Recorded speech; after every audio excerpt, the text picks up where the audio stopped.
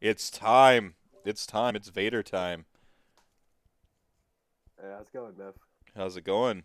So, so we're joined today. Three doctors who play Warhammer. They are doctors. They are experts. I'm not going to mention the field they are in, but they play Warhammer, so it's like they are experts with a doctorate in playing Warhammer. Though I'm not advertising that. This is why this is the block you tune Get into. T-shirts made. What's that? Yeah, yeah. You should get T-shirts made. Trust me, I'm a doctor, and then just a Warhammer logo on the back, or legally distinct from a Warhammer logo. The implication is there, but it's not explicit. You know? Kind of like this, legally distinct from Warhammer logo. Yeah, legally distinct from Warhammer logo. That one too. Right Yeah, there. yeah. Yes. It's a hammer, and there's a star, and there are a number of points on the star, and you can't tell me that you've copyrighted all hammer and star logos. Right. Yeah. How's it going, gentlemen? Yeah, Just a real quick intros. Sitting above me on camera, this is Dr. True. He could either be a rapper or a doctor to get the name Dr. True, and he decided rapping was the harder route. It was. We got I can't rap despite my attempts. again. We got Dr. Mylonas over here. Doctor. Hello, doctor. I'm not a doctor. These All right. these All others right, are puppy, you're doctors. gonna go back. Yeah. Oh, there we go. Puppy. Alex has been on some of my favorite episodes of the show. Is a mental health professional, so none of this is professional advice. This is just fun for funsies, but he brings some perspective. And then we've got the Nuke Doctor over here. How's it going? Good, man. Thanks for having me on again. Yeah. Thanks for coming back. And I just in your doctoral opinion, how much damage does Archeon do to the Free Guild body? Right off the bat, we've got questions for the doctors immediately. And one person very disappointed that my dog left. Sorry. There's actually lots of people disappointed. Yeah, he's not very good at just sitting quietly for long stretches of time, so that's why I sent him on his merry way. I can relate to that. Yeah, he would have been cute for about 5 minutes, and he would have been like, "I'm gonna go find a shoe to destroy." That sounds like fun. Well, I mean, I'd be upset if I lived in Toledo too. Oh, Toledo's not that bad. The ice cream is not very that- cheap It's not here, that good. as I've It's found. not that good. No, the worst thing about Toledo is there isn't a shockingly accurate big boy sign, which I will not tell the story of. I don't think it's appropriate here, but it is ridiculous and the most Toledo thing I've ever seen. It is. Yeah, it's very large. So, real quick in chat, we have a few folks on the spectrum in chat talking about the autism thing. That sounds very dehumanizing. I'm sorry about that. I don't want to describe it as a mental illness, but the overlap between mental health and it is I mean, it's there, right? Like it's there. So I think it's important to shed a little light on autism and spectrum disorder because gamers gravitate to True, Dr. True. I'm going to tag you in on this one. Yeah. But I think there's something about gaming that appeals to someone on the spectrum, right? So, and you can speak from your experience because, I'll let you talk. We discussed this in the green room. I will only speak for myself. I won't be a token to speak for all people on the spectrum because it is a spectrum and we are widely different. But as somebody who has a profound genetic need for rules to apply a bounded rationality to my existence, Warhammer is perfect for me. And I will apparently argue rules to a fault sometime, but they matter to me. And it's a vacation from the performance that is my life and in professional life or when I'm around my significant other's family or people at a store, because I can go to a Warhammer tournament for a weekend and I can talk to Sean for 6 hours straight about beer. I will listen to him talk about basketball and Warhammer, and his eyes never glaze over. There's never a moment where it's like we should stop talking about toy soldiers, right? And it's just it's an escape from reality. So I do think that people on the spectrum tend to gravitate towards rules-dense games because it helps. I wrote a book. It's called An Outsider's View of Humanity or something like that. I'll pull it out. But the author has a PhD, is on the autism spectrum, and describes getting on a bus where it's like, when I ride a bus, there are a set of rules that I follow every day because I don't understand them, but they help me be functional. And that is a lot of how I operate my life. Like if you've hung out with me in person long enough, you've heard me make some incredible social gaffe that I'm just not aware of. And you're like, what just came out of his mouth? And I have no idea why that's socially inappropriate. But it helped me learn, like, I am a better person. I'm a more functional person for having been a part of this community, because learning how to be a better opponent, learning how to interact at the table. Like, I brought this up last time, but I played Sean once and was very much not a good opponent. But he was happy to talk to me about that and be like, this is how you could have done that better, which is not something that would happen if I was at, I don't know, a grocery store. On a bus. Yeah, getting on a bus, right? Like, yeah. Or a bus. Yeah. Use your own metaphor. So I won't speak for all of us, but there are benefits to being in an environment that is around an activity that is structured by rules. Yeah. So again, I think the overlap's there.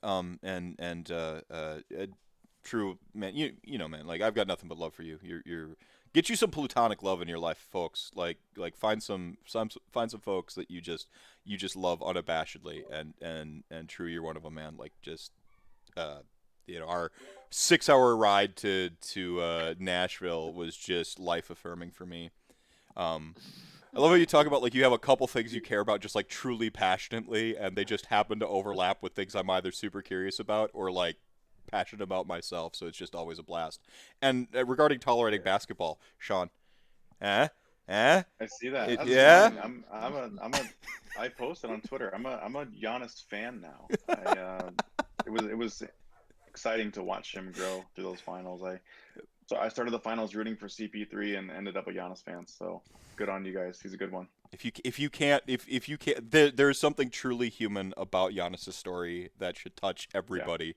It's just, and right down to the putting the game on his back, making all of his free throws. It was like, again, you couldn't write the story of those without having it rejected by your editor as is, like, then suddenly he makes all of his free throws. Get this trash out of my site. Like, amazing. Sorry. All right. That's enough basketball talk for me. Sorry. Others can, but I'm not doing it anymore. I was going to say, I think I ended up flat after all of my bets on or against the Bucks throughout the playoffs. I think I ended up flat after all of it. So did you bet on them in Game 6? Like, I gotta know. This is the prescriptive judgment on whether or not you betting on the Bucks is good or bad. It's just this one game. Yeah, I did in Game 6. So you bet for them Phoenix to win? Just looked gassed. Yeah, I did. After game 4, like Game 3, the Bucks win fine back at home. You expect that, but after Game 4, the Suns just looked gassed. It was the block, the sun block, right? Like, just Paul, Chris Paul looked old, and I just kind of, at that point, I bet on the Bucks in Game 5 and 6. So Brendan, we've solved it. He is not, like, the Bucks don't lose when he bets against them or bets on them. They can win when he bets on them. Right. That's it. Like, one prescriptive judgment on one isolated incident. Done. This is how you science. Points, Games 5 and 6. He did it. It's very scientific here in the Dr. Block. Yeah, there we go. I'm just gonna read some donations here real quick. If you got any questions for the doctors, please chat, gang. Fire them off. They are doctors. They may not be doctors of the field you're asking a question from, but they are experts of a sort. So we take them as authority. Being doctors means we can make it up. We can answer any question authoritatively and sound. We're going to commit the classic doctor blunder of I am an expert, which means I can talk as if I'm an expert on everything. I mean, between the three, between here, like, Sean's got atoms covered, you've got the brain covered, and I have the design of things covered. So we pretty much can solve everything, right? Yeah. Like, everything's made out of atoms, right? And everyone has a mind to think. So you two have it all covered. Yeah, and then how the pieces fit together. We can't solve Gotrek. I don't know what to do about that, but everything else we could probably solve. Gotrek, I think, becomes embracing the strength of self-regulation and not putting Gotrek in your list. That's how we solve it. Yeah. There's a character. See, it's solved from the mind. The mind solves that one. Yeah. The mind doctor. Real quick, I'll read some donations here. I say this as Marathi goes into every one of my Daughters of Cain lists. Well, that's why you're saying it, because you're actually afraid of Gotrek. He just plows through every unit on your in your army until he makes it to insanity. So I'll say that in defense of Marathi, because when I play her, she misses at least half of her attacks. So she's there as this giant beat stick. But it sounds like when people play against him, he's killing the other side. For me, Marathi's just a massive tar pit. So, maybe that's how I justify it. My terrible rolls balance it out. Yeah. Lexopolis, hey, I recognize that name. Dropping $5 to say Dr. Block. Gentleman? Doc King donating on the clock. Here we go. Daddy needs some more tokens. Nice. SJ Arcade donating $10 saying Dragons.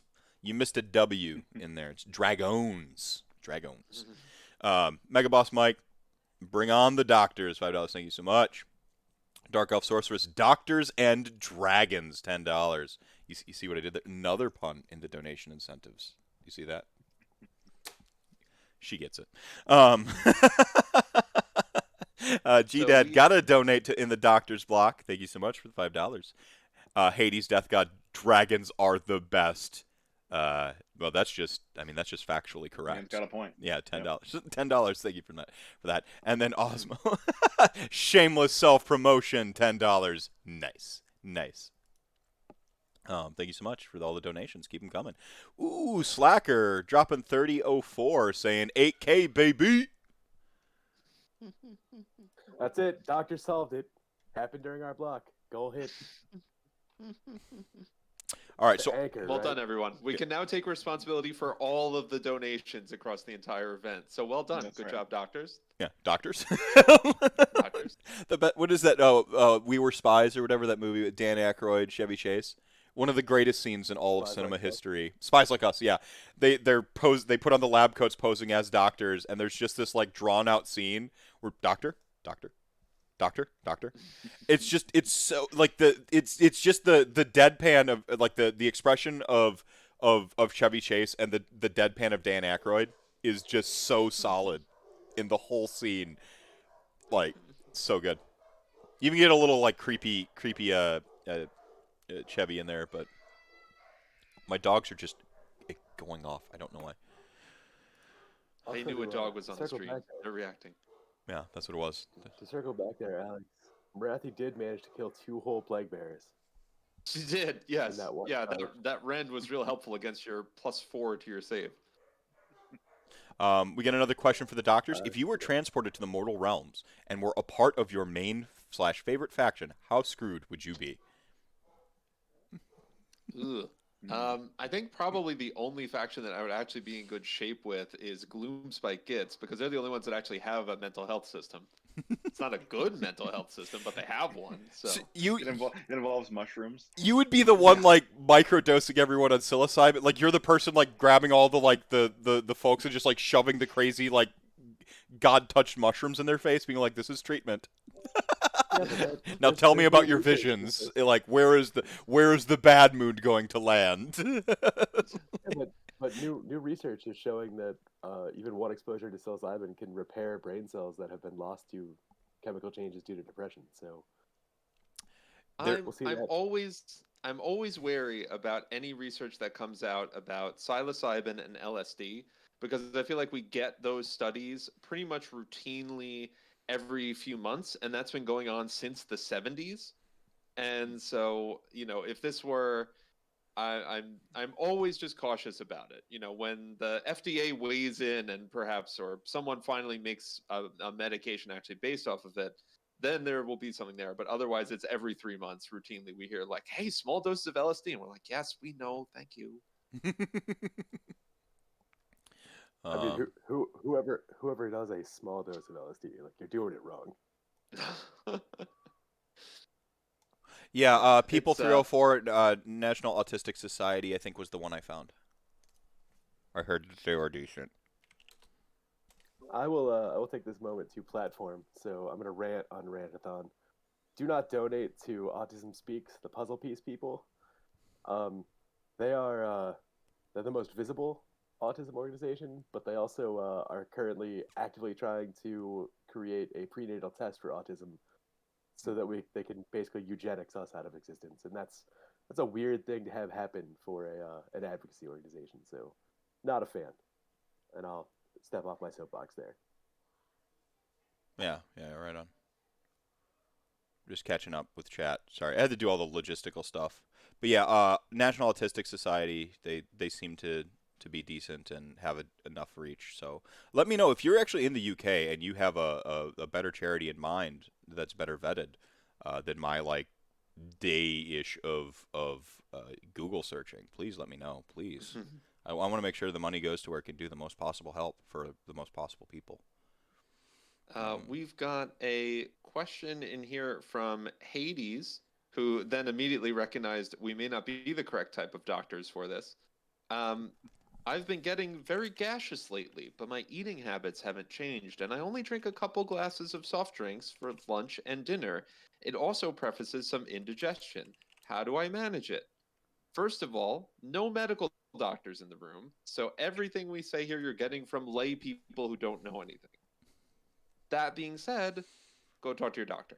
Chances are you're having acid reflux, you're having some sort of carbonation related issues, you might be taking too much caffeine. There's a million different things, but go talk to your doctor. They will help you out. You might have to do like a brief round of Prilosec. But I don't know, because I'm not a medical doctor. So go talk to your real doctor.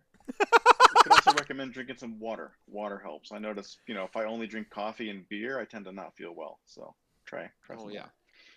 Again, not that kind of doctor. I want to take this because I'm drinking a beer after I've had coffee all morning. Yeah, right. I'm going to shout out Brennan Melnick, who sends me a meme every day of a teddy bear holding a sign that says, have you had water today, you stupid expletive redacted? And it has very much helped. My water consumption is very much up. Even though it's carbonated, that's water. So that's just another way this community helps support the overall health of itself. Joke's on you, Hades. I'm in network with Medicare, so they might actually pay me for that consultation. Nice. People 304 confirming that National Autistic Society is great. Good, my Google foo powers still got it. I may fail at Instagram, the hardest I've ever failed at technology. I have programmed websites into existence, and I cannot figure out Instagram. I am the boomer. It's happened. I have like boomer isn't like your like demographic or age group or generation. It is a mindset. I have done it. I am boomer mind. Like now, it's just you've achieved heightened boomerness. like I have achieved form of boomer. That's how I feel on Snapchat. I'm like, oh god, I've never felt less technologically adept than using this very brightly colored program. I don't understand Snapchat, and I don't understand TikTok either. I don't get it. I have no idea what TikTok is. I stopped at Twitter. Like that's enough for me. I had Snapchat for 3 hours once. Learned my lesson. What can't I figure out? Oh, Instagram. Dying to Batik, the artist and donor for one of the shirts from the last block was like very prominent on Instagram for her business and for her shirts and stuff like that. So she's like she's making Instagram reels. I'm like, what the fuck's a reel? Like I know that like what a reel of film is, and like I'm like that's like our like it's just like and like fucking music, and then like here's the shirt like, and then just like it's scrolling through and showing off my web pages of where to go to donate. I'm just like. It's sorcery. It's like I can do that in OBS and how the hell do I do this with this interface? And I'm looking at Instagram like real picture, like it's just insanity. I have no idea. I've never felt more like just out of touch with technology, and I've been like a technology guy with my one curmudgeonly exception in that I like physical books. My one exception. I like physical books, and I still buy physical video games. I guess I buy physical media. That's like my only thing, but like well, speaking of being out of touch, we've been asked what were our dissertations on. Ooh, there you go. Whatever got me out the door. Secret fact: no one will tell you. No one is ever proud of their dissertation. Very few dissertations ever are read by anyone outside of your committee. And I mean, have you cracked either of you cracked yours since you left? Mine sits on a shelf, Maybe mocking once. me. Yeah. I think the last time I opened it was right after I was done, and I sent it to my parents, and they asked me about something, and I was like, I don't even remember what I wrote there. Hold on. Yeah, unless you go through the trouble of publishing your dissertation, I think most of us, we do it. We prove that we know what the hell we're talking about. We get our degree, and then we're happy to, kind of set that on the shelf and be like, I did that. Well, we're done. I rented a cabin in Norway for 3 weeks and wrote the entire thing, and then left. That's a good story. It's about right. It's about what you need to do, actually. I was 100 miles from anywhere, and I had cell phone internet that could connect to like Google Drive, and that's about it. Yeah, that's usually how it goes. I mean, you spend 4 or 5 years doing all the work, and then you write the whole thing in like a couple of weeks. That was not in a cabin in Norway in my case, but yeah. At a ground level apartment in Indianapolis, which sounds much less impressive. So the draws, we got 2 draws here. For the Doctors block, because Doctors and Dragons. The one is provided by Ministomp, which is, in terms of the Midwest, one of the sort of premier distributors of most of. If you talk to a Midwest tournament player, chances are they've bought something from Ministomp. And if you go to a Midwest tournament, chances are there's a prize sitting at one of our various charity raffles from Ministomp. Ministomp is promising a dragon. Now, I need to clarify, and he asked that I clarify that nobody knows the release date yet, not even on the distribution side. Like some higher-ups, echelons of the pipeline of GW obviously know, but like the distributors and stuff like that, the stores, they don't know a release date yet, so he can't say when that is, but when he knows, you'll know. I'll contact him with the email address of whom is to receive the thing. You'll get the sort of IOU, and then receive a dragon. That is, unlike the rest of the show, donating $5 got you in for the prizes for all the prizes for the block. In this case, you got to donate $10. That's a Ministomp request. Wanted to up the ante for something so epic. So $10 gets you in for the dragon. It will also enter you for, you don't need to donate $5 and then $10. It'll also then, if you donate the $10, get you in for the KO Warband plus a $50 gift card for Pro Painted Studios. You got to get you your tokens, baby. So $10 gets you in for both. If you donate just the $5, you're only entered for the KO gift card. And again, like anything, it's one chance at anything during the block. If you donate $50 overall, Soulblight Gravelords, chance for winning those. Grand prize, great spread. I'm jelly of whoever wins this. I don't like with the KO with the OBR last year. I'm like, yeah, I own all that. Oh, got it. I'm like, fucking Velvets. I don't have these. I need these. Sorry. And I'm still slumming with my dire wolves when I'm looking at those. I don't need to order new dire wolves. I have 20 of them. But I don't have these dire wolves. I feel the same. I have 25 Fenrizine wolves that are obviously dire wolves. Right. I have 120 skellies, 50, 60 zombies. I'm like, but not those skellies, zombies, and dire wolves. Those are so nice. Right. So they are great. The struggle's real. It's I'm just sitting here you have 5,000 points of LON that can easily be 8,000 if I count all my dragons, but it could easily be just Soulblight Gravelords. I buy it I buy a Grampire. I've got several foot lord vampires that could easily be converted into any of these. No, I need that vampire there. I need it's bad. It's so bad. I've been writing Soulblight lists, and I could play any of them by buying and painting 2 models. But why would I do that when I can spend $800 to buy a whole new range and have to build and paint them all? Yeah. Well, is there a psychological advantage to fielding old Felbats because they are just awful to look at? Yeah, we'll go to our mind doctor here. What would the psychological advantage be of fielding bad, just ugly models? Do you think it's advantage you disadvantage you, advantage against your opponent? What do you think? What is your doctorial opinion? How long have the ugly old Fellbats been around for? Like 30, 35 years. I was gonna say like at least 20 years. Yeah, ages. Okay. So, and have they seen regular use before? No. Okay. See, there's your problem.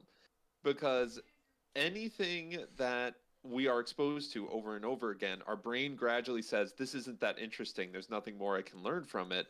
And so your brain filters it out. It actually adds it to your attentional filter and starts to siphon it off. The same way that your favorite song that you love, you recognize when it comes on the radio and you recognize when it goes off the radio, but you don't hear the middle part. You've heard the song so many times, your brain filters it out. But because nobody ever saw those ugly old Fellbats, they're still novel. So you can't fly under the radar with them and be like, no one's going to pay attention to my ugly Fellbats. Now watch me do this. So that would have been your one advantage. If everyone's like, oh yeah, I've seen these Fellbats a million times. Wait, how'd they get on my objective? It's like, well, you haven't seen their new rules, mother. Yeah. So, so whether they're the ugly old ones or the new ones, they're going to be novel because nobody uses them. So, sorry guys. So what I'm hearing is due to continuous exposure, Gotrek stocks are going up. Because we're all just going to black out mid-game versus Gotrek because we play against them so much. Yeah, eventually we're all going to be like, yep, that side of the board, that's done. Moving on. Don't go there. So I want to hear the lukewarm take from Nuke Doctor about Giants. Oh man, Giants. Yeah, I love Giants. So those that don't know, about 5 of us from Detroit went to Circle City. Was it last week or 2 weeks ago? At this point, I don't even know. I think it was 2 weeks ago. Showed up and all brought Giants armies to the event.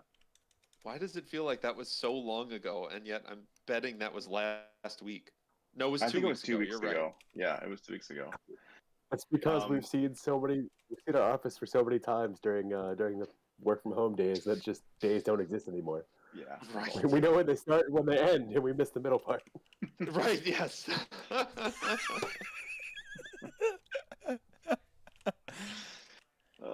So yeah, we brought 5 Giants lists to the event. 5 different lists from the book, which was pretty fun. A couple lists with Kragnos, and just kind of enjoyed pushing them around. I think they're really strong in 3.0. I don't think it's a shock to anybody, but they're also super fun to play. And for me, it was a chat. I started as a chat in our club chat about, what if we all brought Giants? That'd be fun. 2 hours later, we all DM'd to Ministomp to ask how many Giants he had in stock, and then we bought them all. So again, shout out to Ministomp. And no, they're just great fun to play. They seem like they're really simple, but there's a little bit of push it forward still on the objectives, but there's also a challenge of, you only have like 5 or 6 models. So how do you play the game effectively with that few models? And a bit rambling here, but they're fun. They're really fun. If you've not played with them or against them, I recommend it. Because you're probably going to see them at events, at least for the foreseeable future. So if you haven't played against them, you may want to try that.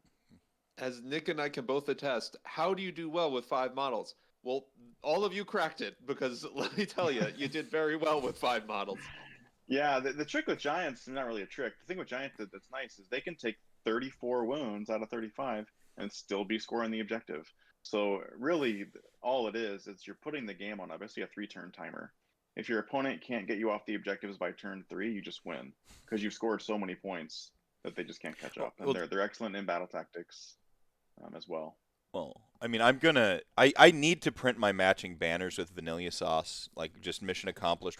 I told you so, from like my Giants episode with him, last year now, Jeepers Creepers, saying like, this army's 1, it's got the stuff to compete, and I'm like, 2, like, I guarantee the next edition, they're just going to be excellent, type thing. I'm like, I guarantee that what they're building towards is going to pay off for them in a big way.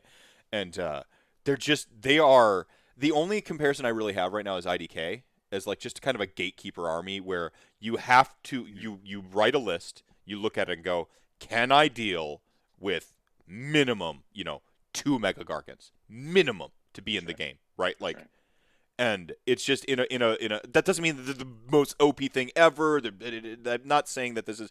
I think as an army you're going to see consistently podium, but I don't necessarily think is going to go outside of the like what we consider the Goldilocks zone of tolerable win rate. Might kiss 60%, but whatever. A lot of good pilots are picking it up. Like a lot of good pilots are picking it up, so you're going to see them like sort of cresting up on the fat middle bell curve, right? But but like you tried to do the math from Circle City, but there were so many giants that it kind of messed up the win rate numbers. I think Brendan and then Jake were crunching some numbers on Twitter. But I think they're reliably a 4-win army if you take them to a GT. If you get some bad matchups, maybe you get stuck at 3-2, but I don't think they win less than 3 games. Wait, 3 games. Are we only $600 from Otaku Cast? Really? We're that close? Oh no. What is that? Otaku Cast is so there's a rolling joke between both mine and Heywoah's streams. So Heywoah secretly just wants to be a waifu Twitch streamer and not a Warhammer streamer, and I am not a weeb, but anytime you bring up anime or like something Japanese, I like just gush over it. And so the joke is like, I'm not a weeb. He certainly is. He's embraced his weeb. He wears it on his sleeve. He just has to like sort of mask his true power of how weeby he is. And so like we'll just do a rant cast where last year we did the Miley Cyrus cast where Chuck Moore and I, one of the donation incentives was Chuck Moore and I reviewed all of Miley Cyrus's discography, the whole thing, like as a like from a place of earnestness. Like it wasn't we did it seriously, and so if we hit the next threshold. Not the next threshold. The next threshold is 8,500. We'll do a Mystery Science Theater 3000 watch party with a couple members from Chat Gang of a Warhammer Weekly episode. I already know it's going to be the Thanksgiving episode. We're gonna the janky thanky. We're gonna MST3K it, roast them. The whole like just sit in here. I'm even gonna flip the cameras like so you see the backside of me when I'm watching it, and like the whole thing. Maybe I might even have puppets in the frame. Like, who knows? There, puppet. I was actually thinking when we were starting this block of doing the Mystery Science Theater joke about their whole bit about walkathon, but actually everything is just a really long acronym. See, this is my bipolar octopus. See, there you go. It's my spirit animal. That is adorable. He's happy today. Super happy today. Yeah. So then if we get 8,500, it's the MST3K RantCast. If we hit 9,000, Heywoah and I will do in earnest. We'll talk about like 90s, 2000s anime and manga. Like might do some sort of ranking it. We might talk about we might do like a history of animu. Like again in earnest. Like the joke we set aside the jokes to just like I set aside the Miley Cyrus and just. It wasn't a bit. We just did a show on Miley Cyrus, so I'll do that. I'm the one person in Age of Sigmar who has this power to just do random ass other content. Like I'm like the one guy who has. That would be. Yeah. That would be a 3-hour stream. I would understand like articles of. Like, I'll get and 20 people are gonna watch. 20, and it's going to be 10 from his regular audience and 10 from mine, and they're going to watch, and it's going to be their favorite thing on the planet. And we might get the occasional people who have never seen a minute of Warhammer in their life that just end up on the random Warhammer guys show, just watching it. They're giving me follows, and then just for the next 7 months, all they see is me go live with Warhammer content. And they're like, why do I follow this guy? I can't wait. It's gonna be great. This is why the algorithm hates me, by the way. I like how Nick's response is, I will understand practically none of that show, and I'm here thinking, how much do I have to donate to get you to talk about which Warhammer character best fits this famous 90s anime character? Well, like, Van Helsing is, or Helsing, Alucard from the Helsing manga. I mean, let's be honest, it's Nagash. I mean, think of the bullets. Think of the bullets, just like chain gunning, like arcane blasts. Oh yeah. You don't like it, but you love it. Our over 40s are showing, Sean. I'm not like out of this. I have no idea. Yeah. And then at 10,000, Rage of Sigmar we'll host a roast of Mr. Mephisto. That sounds fun. That is a good selection. The only person to actually get me angry on my own show in the history of the world is going to be in charge of doing a comedy bit where the point is to make me angry. Awesome! Thank you so much, whoever suggested that one. You're the best. That seems counterintuitive to mental health. But we'll be all right. No, I'm a good sport. It's a roast, right? Like, stay away from slurs and we'll be good. I would say also make that one for a charity, and then maybe that will make you feel better about the fact that you're. I'm just getting hammered for like 1 hour of just people making jokes at my expense, right? Well, I'm assuming that they'll do that for like 15 minutes, and then it will all just turn into a top 5 moments bit. Of them, yeah, like of how much they like each other, like, and so it'd be like they'll make one Mephisto joke, and then just 45 minutes of how much they love each other, which honestly is, that's the kind of content you're gonna get from them, which is immersion therapy. Yeah. Like, hey, these guys are. This is the outward perceptions of me that people are making fun of me with, and they're like nowhere close to my inward perceptions of me. Ha! Suckers, you can't make fun of me worse than I do myself. Like, and I just feel better. I'm like, that's the worst people think of me? Oh, well, that's not even close to like my second worst thing about me that I think every day. Like, all right, yeah, this could be. Oh no, but to bring it back to Giants, I've just purchased some Giants because there's a 3,000. Like how many? Just a couple or all the Giants? 8 boxes total so far. Nice. We'll see what else happens. But there's a 3,000 point event coming up in Milwaukee that I may want to just take 6 models to, or something along that lines. And I really, when Giants came out, I was like all about them. And Mega Boss Mike in the comments will roast me because I was like, I don't care if they're good, I'm playing them. I tried it once and I was like, this is terrible. But now I'm like, you know what?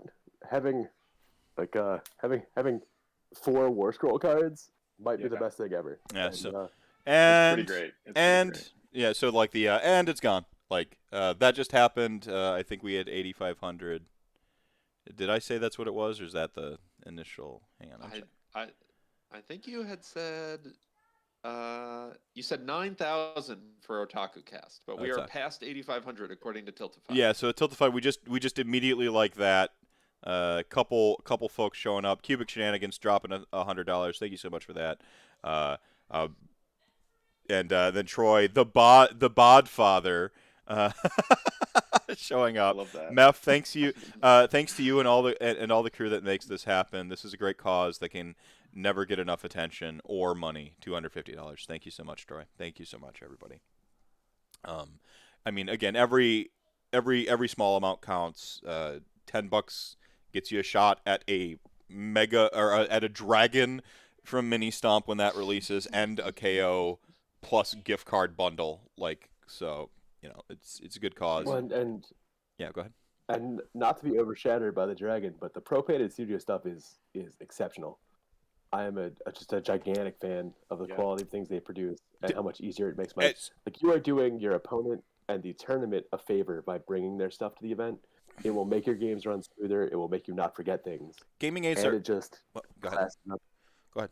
Yeah. Oh, just classes up the look of the table. It makes you sort of feel like you care about the game when you rock up with some pro-painted stuff. Yeah. I've talked about them before. I mean, here's the secret tech, by the way. You win the gift card, $50. It's like 30 British pounds or whatever. You get the gift card, and you wait till Christmas, because they almost always do like a Christmas or a Black Friday thing. And like I got custom like measuring sticks that say Mr. Meph on them or Mr. Mephisto on them. So like I walk up to the table, all my armies that I know are tournament armies, I've got my pro painted tokens for. It's a rite of passage. It's essential in my mind. You got to have them.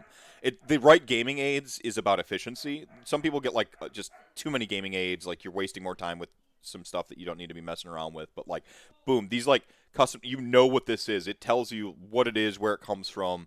Boom, it's on your army. It's custom. It's legally distinct from your official army, but it's on theme, like skulls and shit for Ossiarch Bone Reapers. Like, what are they? And purple naturally disease for all my coins. Disease coins. Yeah. I'm So Yeah, RDP. It's not called relentless. Bone points, like little bone point tracker, like Bone little spin collector's dial. points, Yeah, bone collector points. yeah. Yeah, bone collector points. That's what it is. That's right. And I feel always like that's purple. one My of the tokens are parts I always appreciate. purple because amethyst energy, magic It's, death.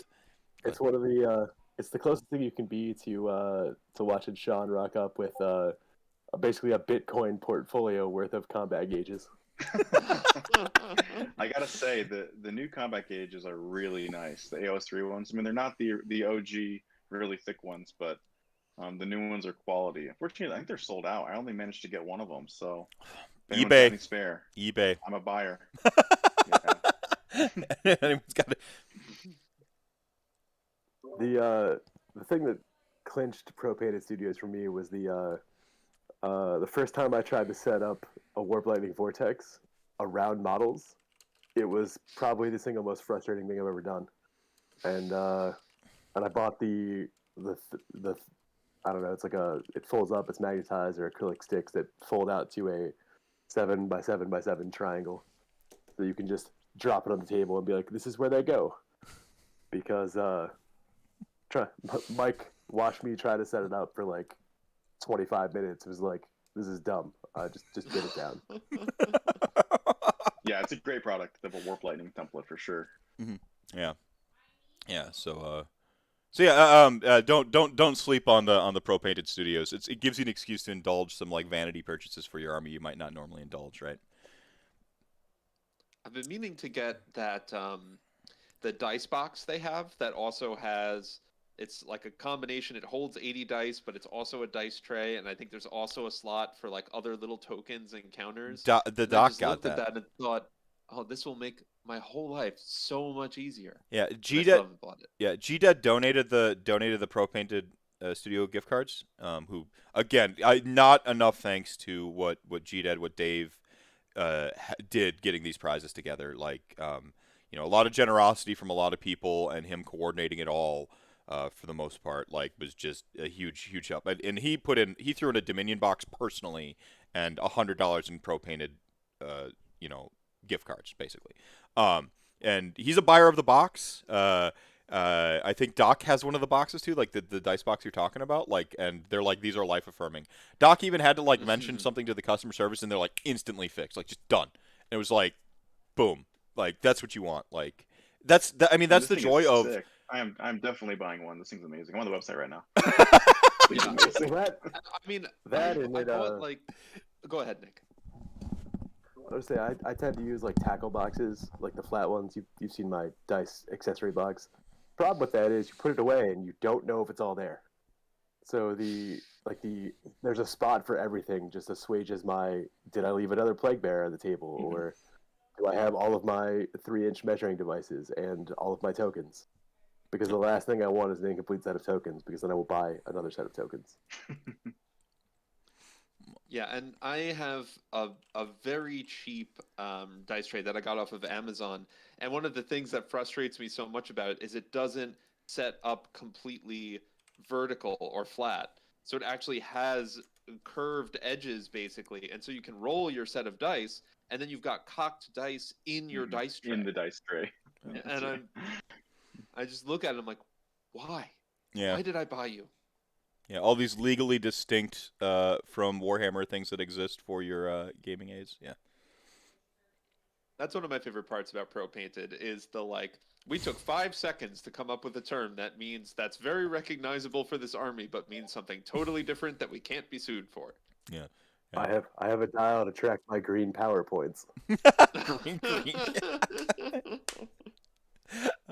They don't know what game you're playing. They have. Who's to say you're not playing? I don't know. Terraforming Mars and Green Power is a card you're using or something like that. That's true. Yeah.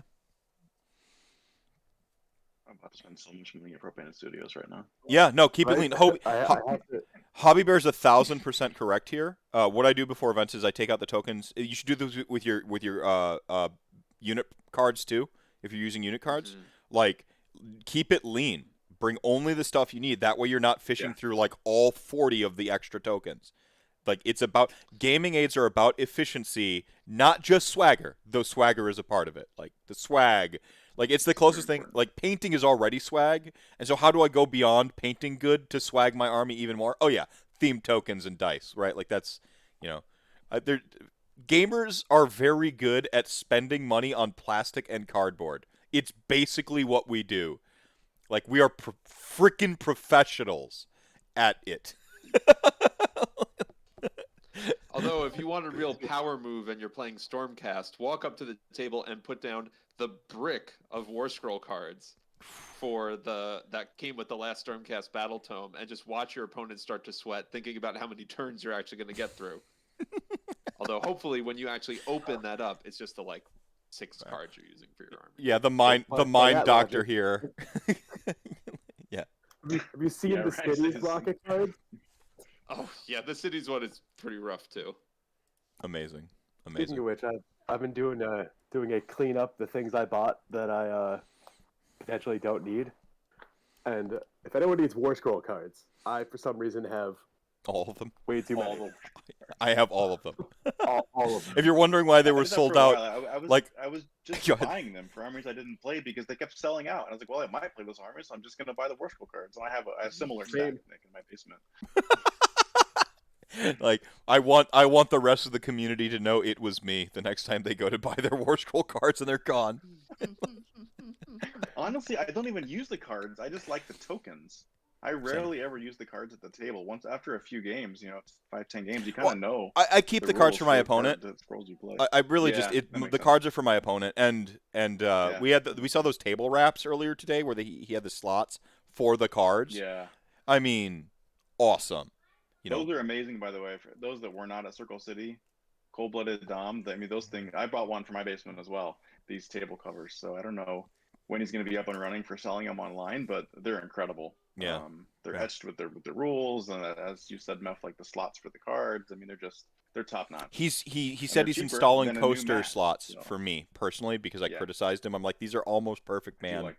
And then I photoshopped me in behind holding a beer, and then I did a plain MS Paint 100 hours in MS Paint, just a circle of black, and then the same soda or the same beer can that was in my hand, I copy pasted it in the slot. Brennan just put the link in the chat. So there it is. Check them out. Yeah, that is a great product. This block is not an infomercial. We promise you. Yeah, sorry. So sorry, everybody. You need to buy. Yeah. You've brought together people who have doctorates. We would be able to speak to what's efficient. There you go. Yeah. We've covered Ministomp, Pro Painted Studios, Circle City Laser. What other products can we shill during this block? Well, Mental Health America. Mental Health America. The ultimate product worth shilling is donate for mental health causes. If you can't donate, I understand times are tough. A lot of us are getting out of one of the rougher patches, perhaps in our adult lives or personal history, and it's cool if you can't donate. Then Signal Boost. Tell people to come watch right now. Maybe they can donate, and if you can't do either of those things for whatever reason, you don't feel comfortable, just hang out, have fun. You being here is awesome, and I hope you're enjoying the experience. You're having some fun, and that your mind matters, and to take care of that, and don't feel ashamed if you have a bad day. It's okay to not be okay. The something Alex taught me in a non-professional capacity, but just being my friend, was to up my compassion for myself a little bit, and I've been working very, very hard on that the last couple of years. It's a cliche, and there's that whole bad radio punk song, "My Own Worst Enemy." But I feel like I am so often in my life, and it's like, I need to cut myself some slack. I didn't do it by myself. Giannis taught us the great lesson: nobody gets there by themselves. We all need help. But we've raised $8,555 for mental health, and we still have a couple blocks to go. So, good job, everybody. Great. Well done. Yeah, as modern philosophers Marshmallow and Demi Lovato have taught us, it's okay not to be okay. And I know that because my wife forces me to listen to pop music whenever we make our multi-hour road trips. Love it. I know what all of the words you just said are. I have no idea what you were trying to communicate. No clue. It's a song that is popular right now, but the main theme of it is that it's okay to not be okay, which actually has become a more popular theme in music, I've noticed, and I've appreciated that. That there are more songs on the radio now that are like, I'm not okay, but that's all right. It's okay that I don't feel good. Well, yeah, not just music too. I mean, I think there's other parts of society where that's becoming more overt, right? Yeah. I mean, you look at Simone Biles now in the Olympics, who's just like, you know what, I'm not doing this, or Osaka in the tennis event about a month ago was like, I'm not in a good headspace right now. I need to take a break. Yeah. And it's mainstream athletes taking that stand for their own kind of mental health and personal well-being is huge. In my opinion. Bobby Portis having to sit out. He kind of went into it. Yep. He went into it like he sat out with his family, not knowing if he's going to have a career from sitting out for his health and wellness, you know, both mental and physical health, mm-hmm. right? Like not knowing, spending the time with his family, and the Bucks, because it's the most coolest. It's the story my soul needed to have hope again in humanity, and the fact and the knowing that I can do it, and so good. Sorry, I promise not to talk about basketball, but I'm going to read this donation real quick. Kicker says Suns will be champs in 2022 NBA. Or sorry, Suns will be the 2022 NBA champs. $10. Thank you so much, not Kicker. Gonna happen. Thanks for the donation, but it's not going to happen. Charles Fox, good cause, had to jump on and donate $10. Thank you so much. No, it's just, I don't know. I forgot where I was going with that. I put on this hat like so long ago to read Kicker's donation, then I finally found the segue to make it funny. Should say humorous. Funny is subjective. Pro-painted studios. You're still on their website? So this is because we haven't been able to convince other people to buy it, but we sure convinced Sean to buy it. It's fun. Well, I've been using a KR multi-case for a while as my dice tray and dice box, but it's kind of fallen apart. So that dice tray is a good shout. So that's what got me. So it's on its way. Yeah, I do the same thing. I stare at it all the time, and then what I convince myself to not order is by going, "Hey, does anyone want to split shipping?" And it never happens. Yeah. So I'm like, "Oh, I'll let it wait." And then I buy a different army, and I'm like, "Well, now it's a $200 order." Yeah. To confess, I did double click the Apple Pay approval before I noticed how much shipping was. So that was a bit of a sticker shock, but fine. I mean, Go ahead. We started. One of the things I've done my entire life is like, if there's something I purchase routinely, I start to value everything else in my life by that unit. So this is going to date me because back when I started doing this, a Chipotle burrito was like $6.50. So anytime I went to buy something, I was like, how many burritos is this thing I'm about to buy? Mm-hmm. And that was my litmus test of should I buy it or not buy it. And now it's like, what? I mean, I haven't bought a Chipotle burrito in a while, but I'm assuming they're around 8 or 10, right? Yeah, sounds about right. Inflation. But that's that sort of thing. And then I got into it recently where, like, because of Sigmar, I now think of things in terms of armies, which Ministomp has assured me that like the average price of an army is around $650, like $650, and I'm like, should I buy this grill? That's like 1.5 armies, and I'm like, probably shouldn't. That's about what I spent on the Giants. To be fair, it's about $600. Yeah. Well, like, we had prize blocks where we've had a couple Giants throughout this thing where like I'm giving away like a Mega Gargant, and I'm like, that's $200. It's a $200 Mega Gargant. And I just had to like also a fourth of your army. Yeah, like a quarter of an army, 200. I'm just like, you know, like it competes with the Slanesh and Nighthawk lots, which had several boxes with them. Oh, yeah. And just like, yeah. Real quick answering that kit's amazing though. I was skeptical when I first saw them, but after building and painting a few, like it's an incredible kit. Cool. The Mega Guardian. Right on. That seems to be the consensus. Real quick, Charles Fox says, I went and bought the small. It was sooner than that. Spamming happened. As someone newer to your channel and newer to Sigmar Media, who is everyone? Mr. Mephisto, you look nothing like your voice. Thank you. I never know how to feel whenever I notice that personally or hear that about other people. Like, oh, I can't keep them straight based on their voices. I really have it confused. Yeah. What does that say about me or them? So I am the magical Mr. Mephisto, the most dangerous man in Age of Sigmar. Vince Venturella gave me that nickname, by the way. That is not a self-gloss. We don't do that. It's a joke. Has to do with this comment section. blah blah whatever. Above me, I make Warhammer stuff and then talk about basically not Warhammer for a while. Above me is Dr. True. We won't tell you what any of their doctors are. You're gonna have to glean that from context clues, but they're all Warhammer community members. In the corner over here, this is Dr. Alex Melonis.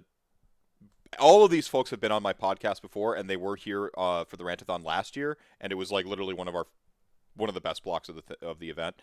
So we got Dr. Alex up over here in the corner, and to my side we got the Nuke Doctor, Dr. Sean.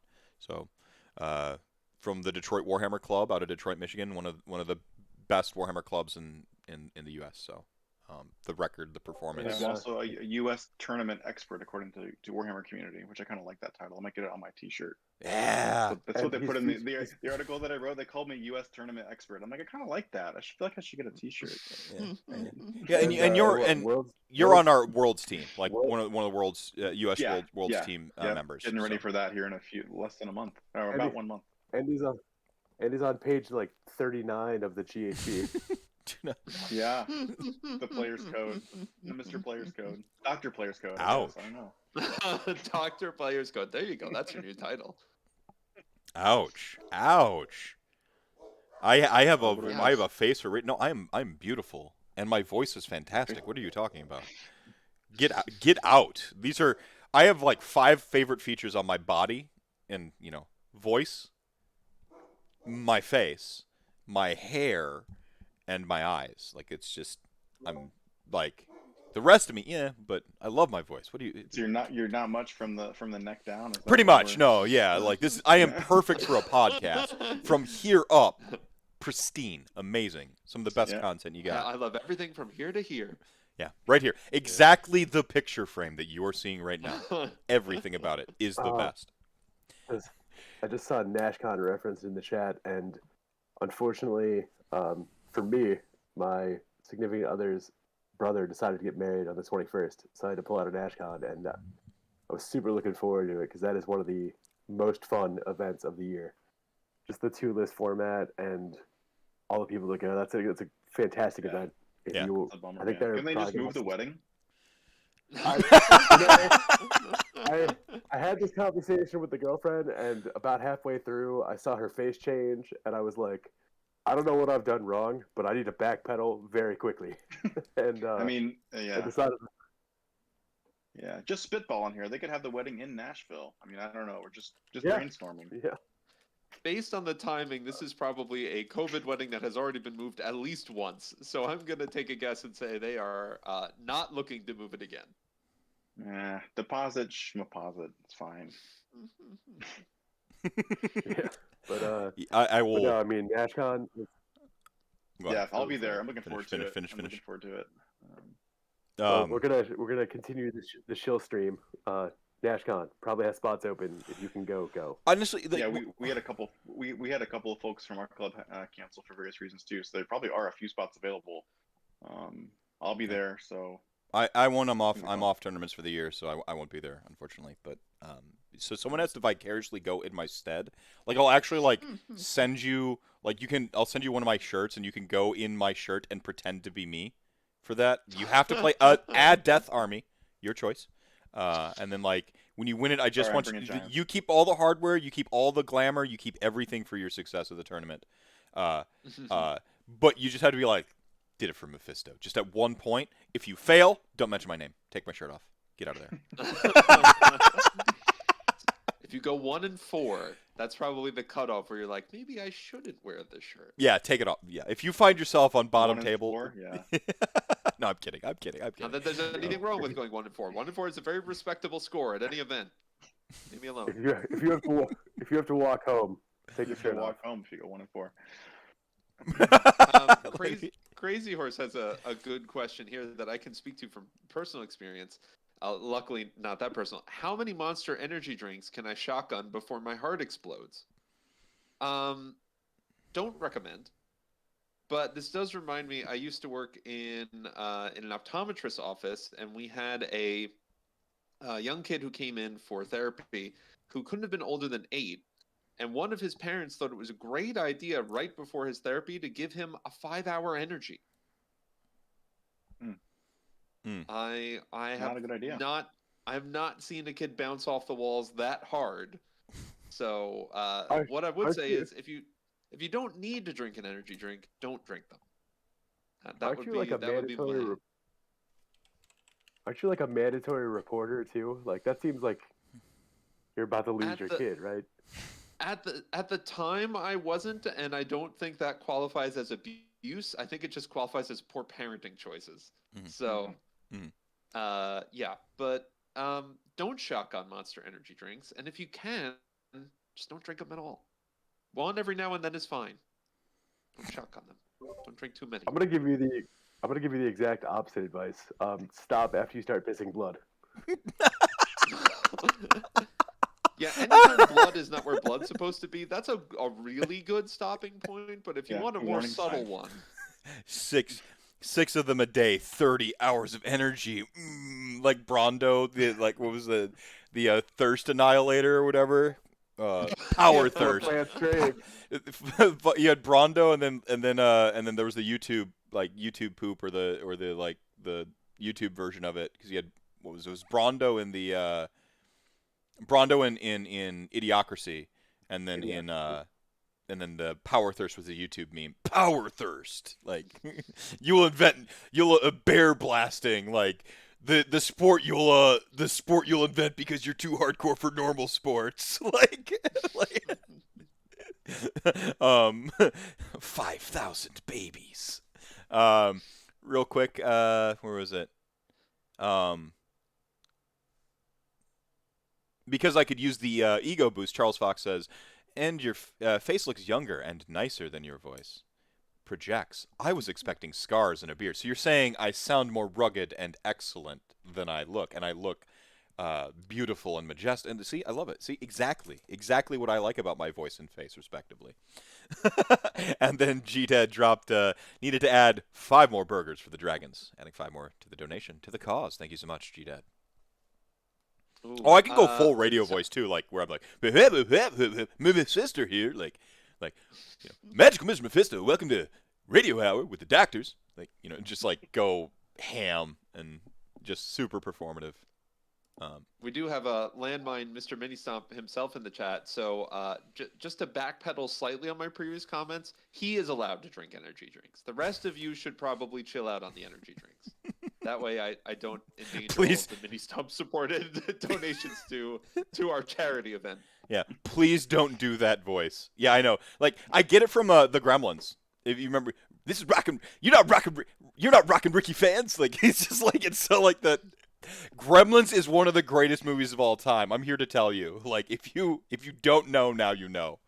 You start sounding like Casey Kasem, you've gone too far. You've gone too far? Well, Casey Kasem has a really good, like, sort of lilt to his voice, and, like, a really, like, he's got the cadence. He's like, this is Casey Kasem with the, and it's very, like, serene, even. I don't know, man. I'm lucky if I can push words out into the world in any given day. I don't have time to I'm gonna stick with one voice. One voice is enough for me. However, due to a recent incident, it is important to have a voice. If you are playing someone in the game of Warhammer and they mumble the entire time and you can't hear them, it is one of the most frustrating experiences ever.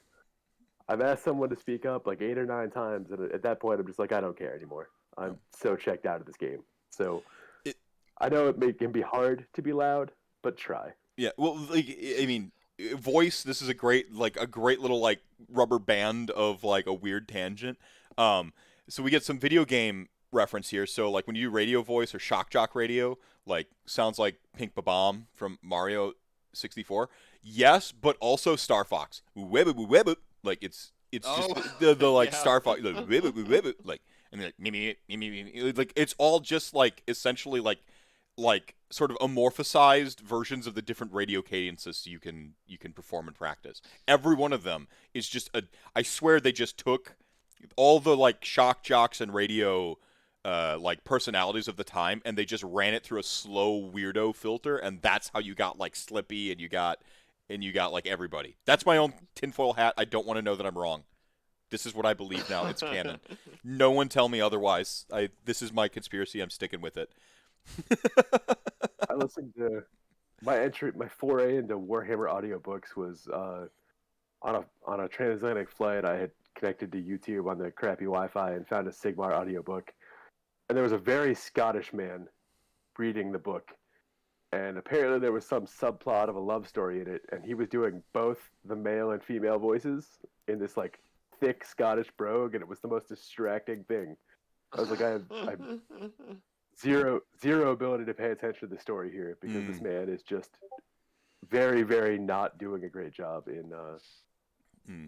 And yes, Mike, I did say there is. I did not say that, Mike. I just got a DM that is Mega Boss Mike having his classic wit, just insulting me at every turn. It's weird because he's such a nice person, but he's always got a quip. You know, always has something on deck. He's got some edge to him. Just a little edge. Yeah, edge.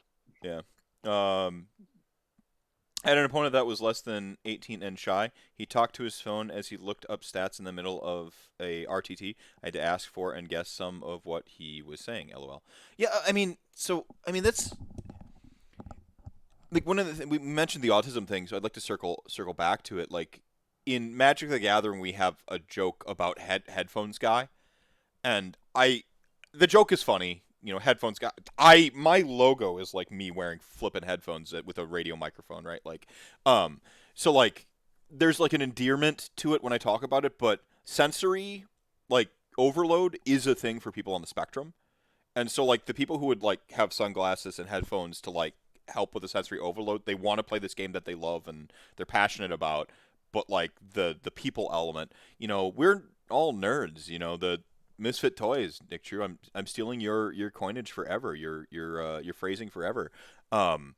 Like it's you got to have some threshold and tolerance for people's quirks and ill ease in social situations, but you also need to then communicate, you know, in a meaningful. I mean, I don't have a good tip for how you deal with someone who's noticeably shy and certainly has a reason to be in it. They're within their purview, and it's okay to do that, you know. But like, how do you know? I think it's just comfortability, making it comfortable for them to speak up. And I think in that regard, you have to take a little bit of onus on yourself to make it a better environment for them, recognizing that people have all kinds of stuff going on in their heads, all kinds of levels of comfort around humans, and you know, I think one thing that does happen when you're around the Warhammer community longer and longer is you open up more and more as you talk to more of us and you meet more of us. You know, this is why going to tournaments is, you know, pretty great, I think. Alcohol's the answer. Yeah. The opposite of a mental health take. That is not doctor approved advice. Yeah, so especially not for the 17-year-old we were just talking about. Yeah. Right. Yeah. To piggyback off of that, I think when you are providing any kind of feedback or critique to another person, there is always a certain degree of defensiveness that activates, and that's just a human trait, you know, whenever we get any kind of critique. So if you are trying to engage with your opponent in that way about those types of things, always try to be gentle with it in terms of the language. If it's someone you know well, you know, someone you've played before, you're familiar with them, then you can be a little bit more direct for sure. But if it's someone new, someone who clearly is a bit more shy, a bit more reserved, you know, try to be gentle as you reach out to them and try to encourage them to also set the boundaries that are going to be helpful for them. You know, for the kid who's looking down at their phone and talking to that and you can't quite hear them, you know, you can gently engage with them and say, hey, I want to hear what you have to say, but I just can't quite hear it when you're looking down at the phone. You know, would you mind looking up? And you can even say to them like, oh, you don't need to look at me, but just can you look up towards me so I can hear you better? Yeah, projector. And if you notice any frustration coming up in yourself, that's okay. It is a frustrating thing if you have to keep checking in with your opponent about like, I can't hear you, I can't hear what you're saying. But, you know, while you're validating that, also remind yourself expressing that frustration to them, that's less likely to be helpful. So channel that energy your frustration is given to you and try to find a more gentle way. Yeah. I don't have that much emotional intelligence. I mean, I can see the Dr. True approach where he's like, hey, you need to speak up, please. Like, I can't hear you, man. Like, just like with the hand and everything. But even that is fair. That's a great start. Sorry, I had to bust out my True impression. I've been practicing it to Brendan for a little bit. Like it's flattery. You know, what is it? Imitation is the sincerest form of flattery. So.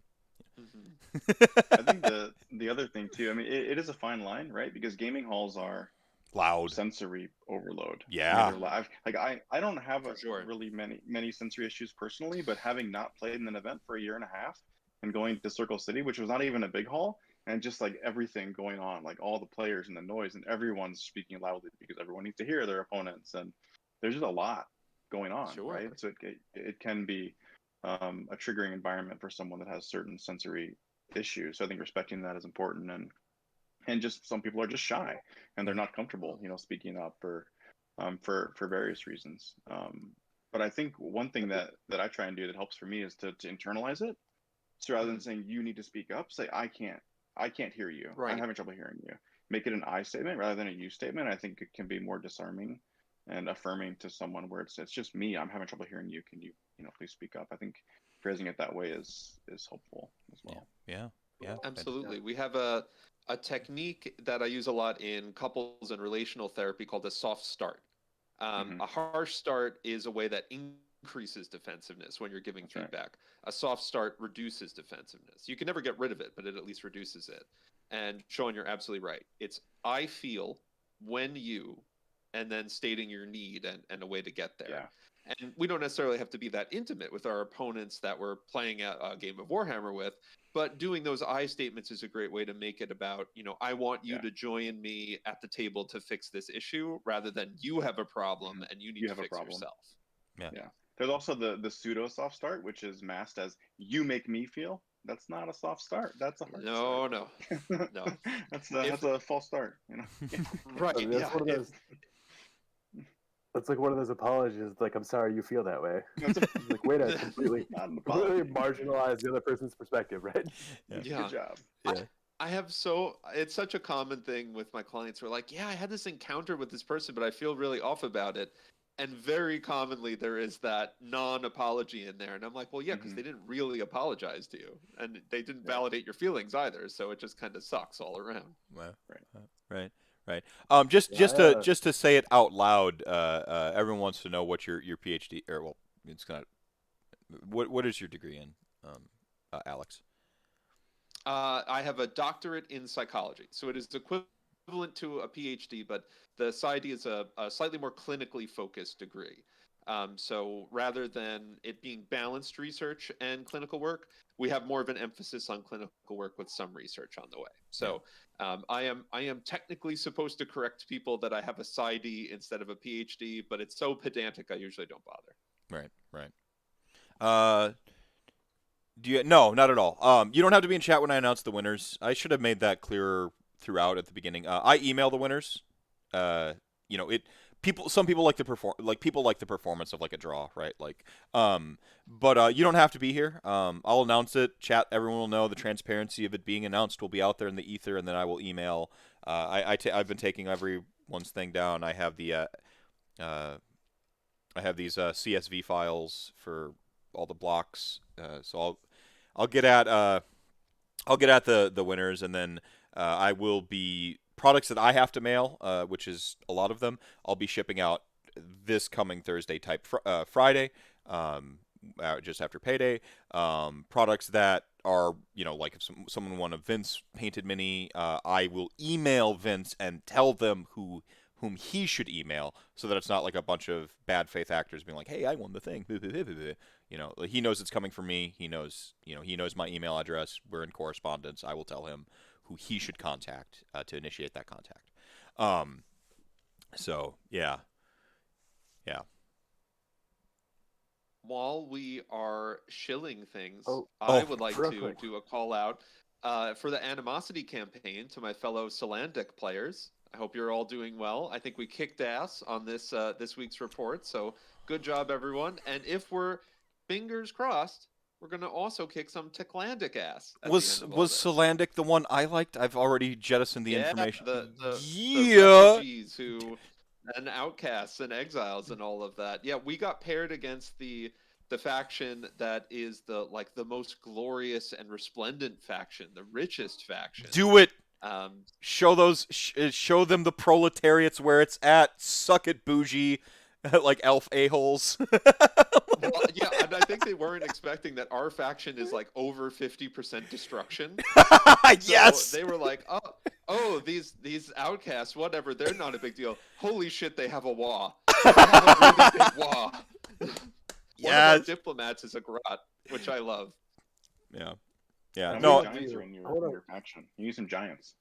I think we have at least one giant player. To clarify, only bougie elves are a-holes. Like Prince Nuada is a bro. Like there's. Go ahead. No, but it's pretty bougie. All of his clothing has like gold inlay and filigree. There is a difference between knowing how to dress and having style.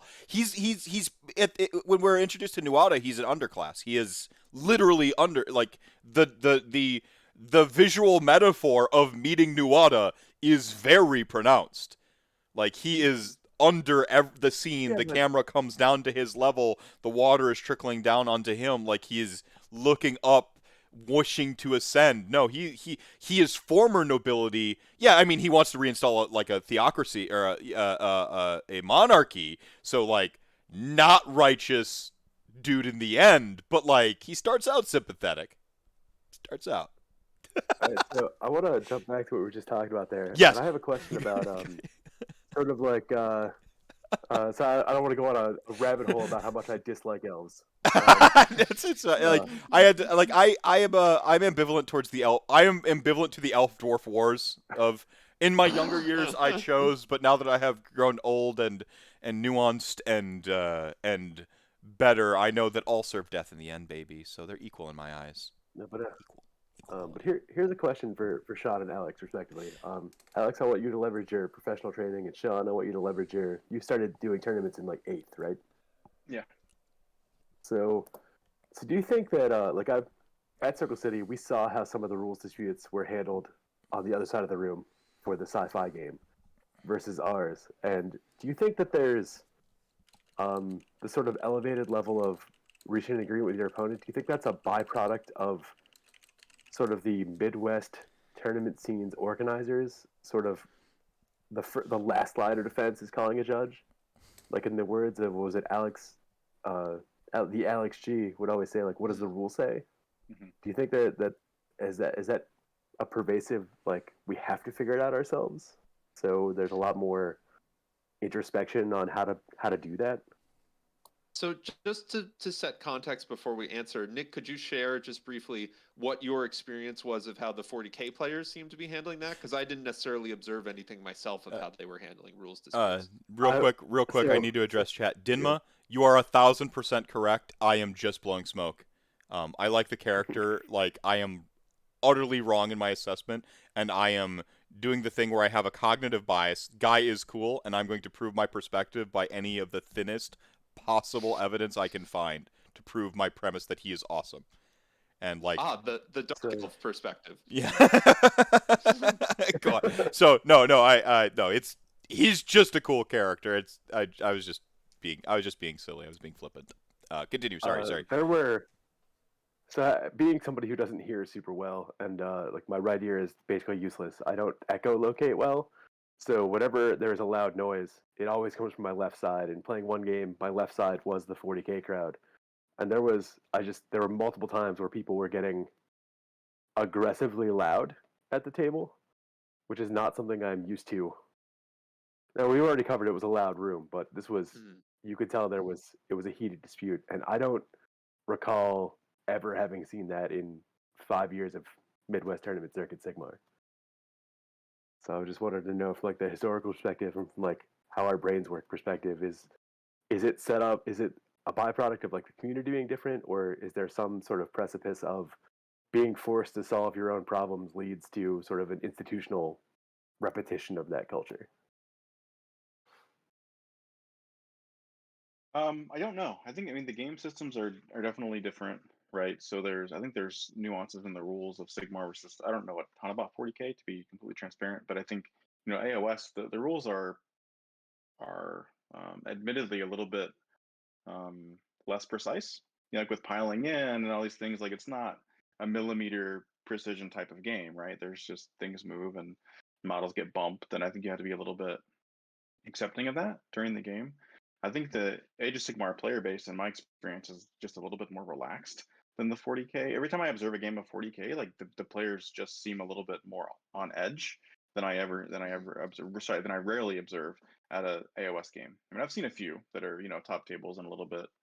There's a little bit of tension in those games, but for whatever reason, the Age of Sigmar community just seems to be more adept at answering rules questions than I'm not sure if there's just that much gray in the 40K rules, or if it's just there's parts of the rules that are maybe more open to abuse. I don't really know so much about the 40K rule set to talk about that, but I'll just say in all my experience in AOS and even toward the end of 8th, I didn't really see rules disputes as tense as I regularly see on 40K tables. So I'll agree with your observation, Nick. I don't really have an explanation for it, but from a psychological perspective, there's a model that I'm drawing a blank on some of the more concrete terms, but it basically maps out how the different factors that influence a person. And as you go further and further out, you get these more diverse or widespread factors that can influence you. So I think when we look at AOS and we look at 40K, even though they're sort of sister systems, because there is still a divide there, you can wind up getting a big variation in some of those other levels of influence that will play a role and impact a person, just because you're now sort of entering different systems or different spheres. You've now moved away and into different groups. So you have the individual characteristics that people bring to the table, that maybe there are some things that speak to certain people in 40K that don't in AOS. And then you have the individual, the gaming groups that are there. You get the tournament groups and the tournament organizers. You have broader community levels like forums or fan sites or Facebook groups and things like that. You have influencers who are playing a role and are contributing to sort of community norms and things. So all of that together can combine and create these threads of how people approach a situation, that even though you may have a common origin, you're both playing Games Workshop games that actually have a similar rule set, but not exactly the same. Now you get what seem like two very different flavors of communities. And I think it's just the influence of all those different layers building on top of one another, plus some individual factors that come to the table. yeah, I think Yeah, I've always. I was just going to say, Mike brought up an interesting point in the chat about the chess clocks or the time clocks, which is a thing that we never see in Age of Sigmar. And I think part of that comes from the 40K rule set with so much shooting. And I think that can create turns that are less interactive than a typical Age of Sigmar turn, where I'm just going to sit here and shoot all my toys at you, and I can deliberately or make that take longer than maybe it should.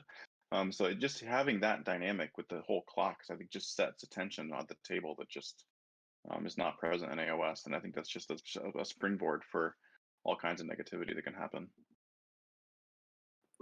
Yeah, I'm. Yeah.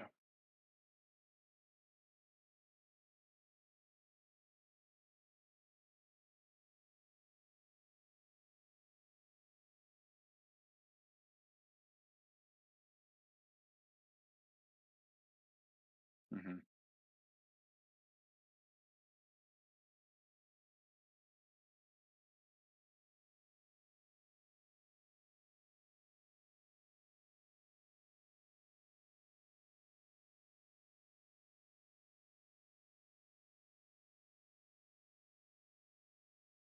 Mm.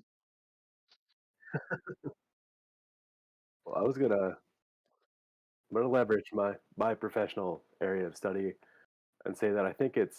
So I'm a big studier of culture, and culture is not self-sustaining. It has to actively reproduce. No, you're good. I was So muted. I muted myself so you didn't get feedback while I was out the room. Sorry, everybody. Continue. Oh no, you're fine. So it's one of those like, I maybe I'm putting my own rose-colored glasses on and saying that my way of knowing is the one correct way of knowing.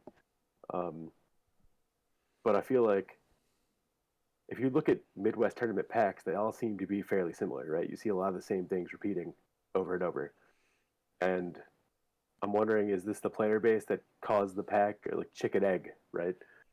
Is the community what it is because event organizers run the event they want to run for the people they want to attend?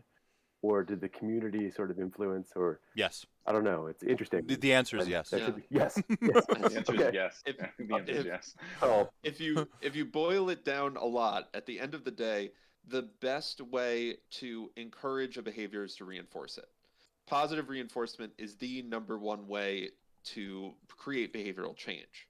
And so if we are seeing, on a grand cultural scale that, AOS players seem to resolve their disputes at the table amicably, and 40K players seem to ask for judge intervention more often, then, well, those things are being reinforced somehow. They're being reinforced by the pack, by the players, by the TOs. There are things that are saying to people, this is the right thing to do, keep doing it. And so that leads to that happening more.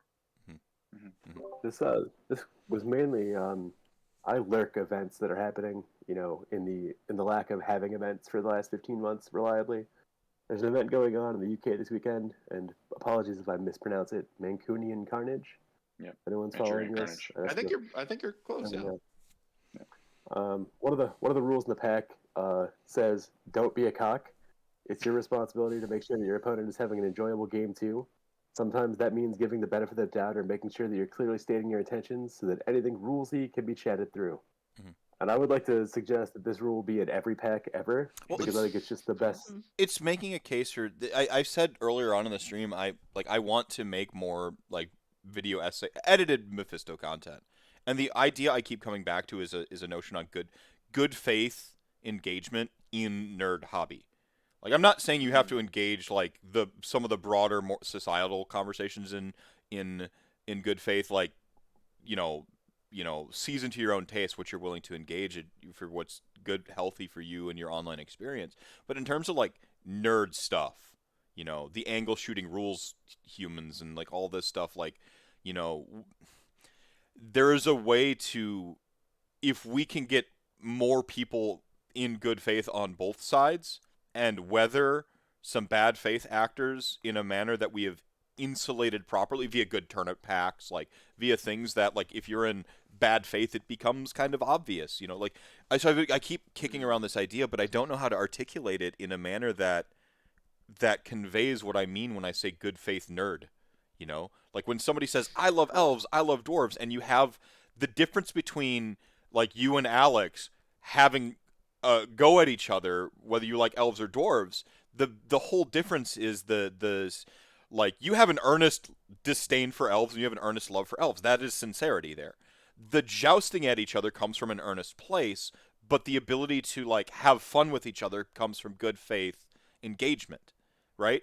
Mm-hmm. And how do I articulate that to people, and how that would percolate through all of the interactions in nerddom that can, quite frankly, become better if we start doing that a little bit more, is take people at their word, take people at face value. You never know what's inside someone's head, so all you have is kind of their word and deed, and deeds should be weighted more heavily than actions, but you got to look at the words and then look at the actions, make a judgment call, right?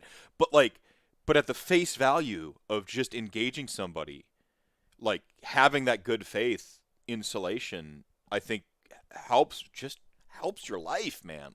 When you're in these nerd spaces, and I don't know how to convince people. So it's still percolating. It's still up there, bubbling around.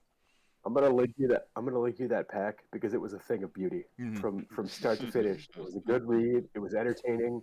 Brendan would approve. He's just good show, good form. Yeah. Well, I mean, if you part of it was I'm gonna read this other section because I think this is the most elegant way I've seen this handled, and this is a particularly contentious topic in at least the Midwest. On the wearing of masks, whilst they are likely to become a matter of personal choice, they are a measure which protects others rather than yourself. It would be therefore my preference that players touch on the pregame to agree what they'd prefer without prejudice. The object of the event is for everyone to be able to relax and enjoy themselves in a good company, playing the game we all love, and I hope that exercising a degree of unintrusive caution won't detract from that. What an elegant way to say, you should probably wear a mask, and you should at least discuss with your opponent whether or not you want to, because this is an issue of it's a very British take, whereas in America we have the very reckless individualism. very, but my rights. Like I wasn't And I wasn't going to have an issue with this, but then you said something, and now I have to have an issue with it because my freedom. Like, fucking Yeah. America, never change, and it was man. just I read that. I was like, that was a wonderful way to say that. Like, it may be a personal choice. This is something you have to accept if you're going to come to this event. However, I encourage you to talk to your opponent even before the game starts, because rules matter, and you know it's really unintrusive to I like the subtle jab of like, this is an unintrusive safety measure. Yeah, Right? it's a less it's a nearly insignificant inconvenience for a nearly insignificant boon. But again, if I have rolled the boxcars, or I'm sorry, I have rolled the Snake Eyes with a tournament reroll into Snake Eyes, baby. Like, I've seen it happen, and I don't want to do that with somebody's life. Other people are comfortable with that, and I don't know. I don't want to do that with somebody's life. I have a hard time deciding to make that charge in a table game where the win's on the line. It's somebody's life, and it's not a game. Like, I don't. You're around enough games of chance. You understand that you should never see like Snake Eyes into Snake Eyes, statistically speaking, right? What is the math on that, Adam scientist? Like, do you just off the crunch numbers? I assume that your PhD is just in knowing math like that instant. Knowing numbers. Yeah, just instantly. No. Real quick, I'm gonna read a couple donations here. 1 in 1296, I think. 1 in 1296. You answered that uncomfortably fast.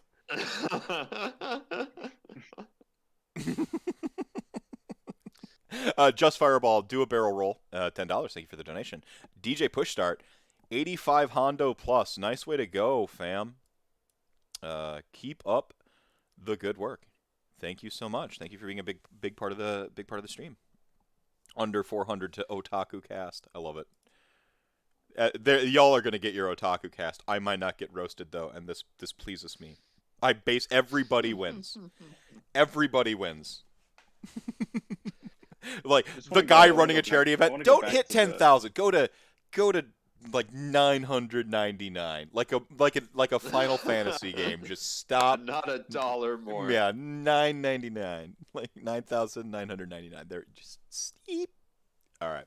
I want to go back real quick to what we were just talking about the tabletop conversations and rules disputes. Yeah. And, just having difficult conversations with people and how sometimes they can escalate.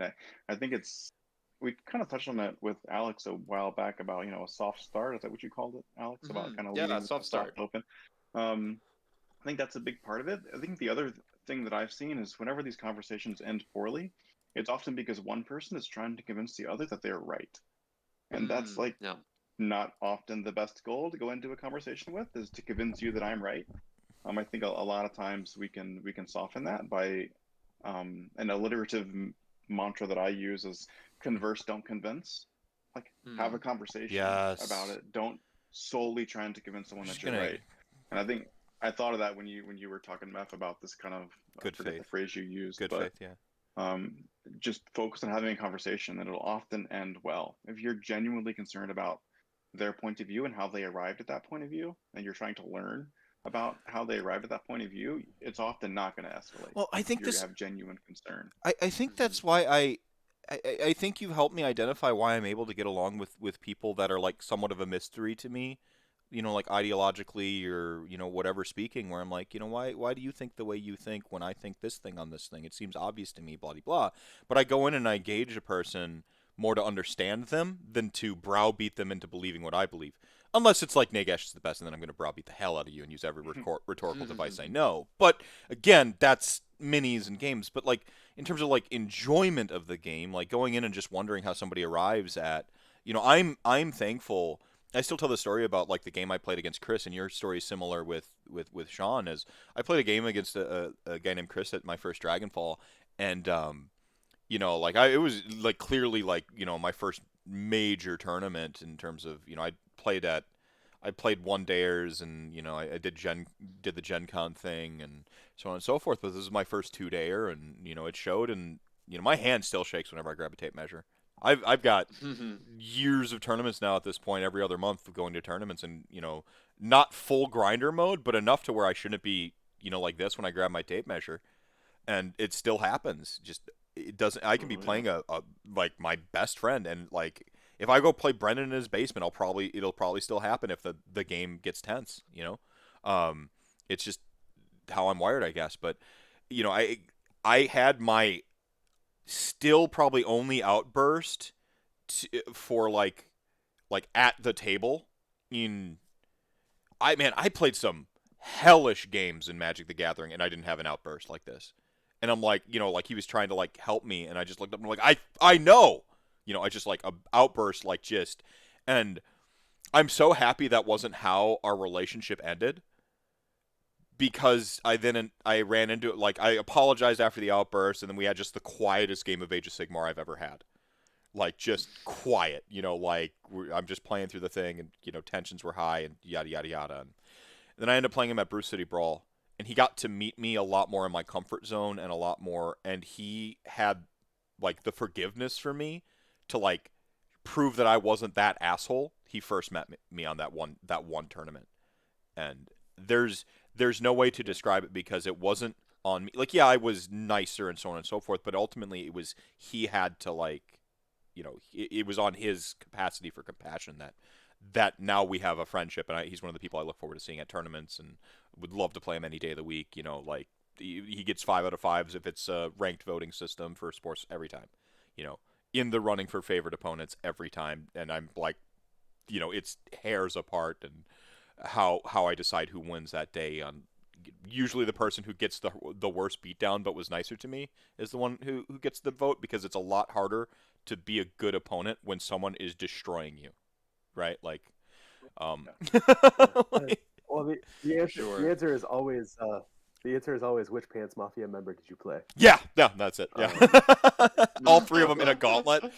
Like you might you encounter you encounter if you encounter minimum Pants on day 1, because after that he's going straight to the bottom tables with Alex. So day 1 you play them back to back, and then you might encounter Christian in the mid or top table. So you like it's just where you can encounter all 3 in the same day if you stack the deck right.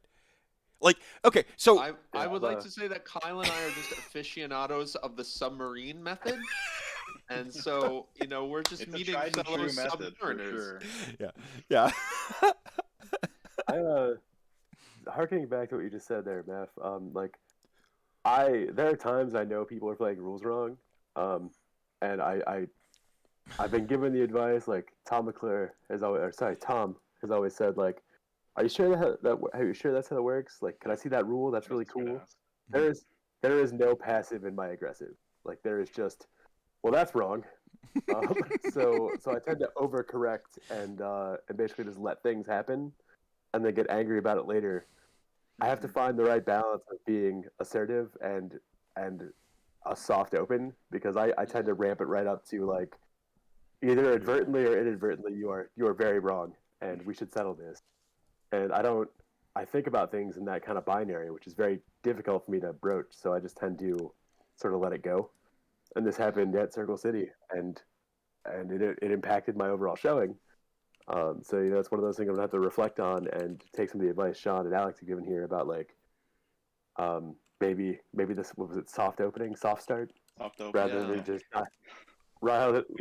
dialing it up to you're wrong, and we're and here's why. Well, like my other favorite one, it's from Walt Whitman, made famous by the great Ted Lasso, which is be curious, not judgmental, which is an incredible way to approach people in general.